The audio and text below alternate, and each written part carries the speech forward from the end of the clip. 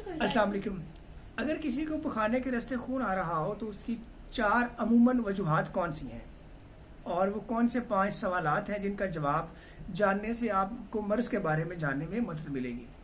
आज की वीडियो में हम इस पर गुफ्तगू करते हैं। मेरा नाम डॉक्टर अमदाद फारूकी है। अगर किसी को पखाने के रास्ते खून आ रहा हो तो उसकी 4 जो कॉमन वजूहात हैं, आम वजूहात है, उसमें सबसे पहली वजह बवासीर का होना है, और दूसरी वजह पखाने के रास्ते में ज़ख़म का होना है, और तीसरी वजह पखाने के रास्ते की सोजश, और चौथी वजह पखाने के रास्ते में अगर कोई रसौली या गिल्टी बनी हुई है तो इस वजह से पखाने के रास्ते खून आ सकता है। अगर किसी को पखाने के रास्ते खून आ रहा है तो ये 4 सवालात जिनका जवाब देना बहुत ज़रूरी है, और उसका जवाब जानने से आपको अपने मर्ज़ के बारे में जानने में आसानी होगी। सबसे पहला सवाल ये है कि जब पखाने के रास्ते खून आता है तो क्या आपको दर्द होती है।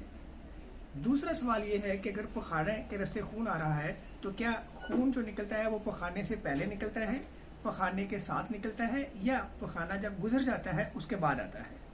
और तीसरी वजह कि जब पखाना करके आप फारिग हो जाते हैं तो क्या तसल्ली हो जाती है, या अभी लगता है कि अभी पेट पूरी तरह खाली नहीं हुआ, अभी हाजत बाकी है, फिर वॉशरूम से उठ जाते हैं, कुछ देर बाद दोबारा हाजत महसूस होती है और दोबारा आना पड़ता है। इसके साथ साथ क्या पिछले 2-3 हफ्तों से आपका वजन तो नहीं कम हो रहा, भूख तो नहीं कम हो रही, इसके साथ जो है ना जिस्मानी थकावट नकाहत तो नहीं हो रही। ये 4-5 सवालात हैं जिनका जवाब जानने से आपको बीमारी के वजह के बारे में पता चल सकता है। तो सबसे पहले जो पखाने के अंदर खून आने की जो आम वजह है वो बवासीर है, जिसमें मोके बने होते हैं और बवासीर आती है। ये आमतौर पे पेचीदा अमर नहीं है, इससे जान को कोई खतरा नहीं है, और बवासीर का जो इलाज है वो इंजेक्शन लगा के और बवासीर का ऑपरेशन करके किया जाता है।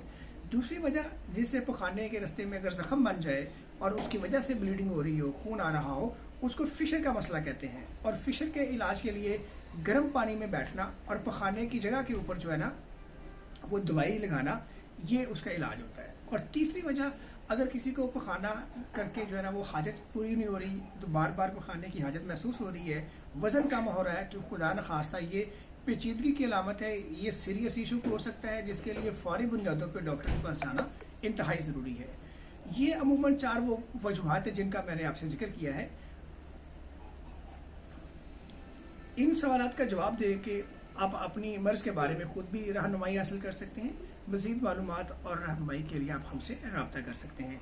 आपको कोई प्रॉब्लम हो तो आप कमेंट्स के अंदर उसका जिक्र कर सकते हैं, और इंशाल्लाह हमारी टीम कोशिश होगी कि हम आपको 2 दिन 48 आवर्स के अंदर जो है ना आपके सवालात का जवाब दें। दुआ में याद रखिए। खुदा हाफिज़।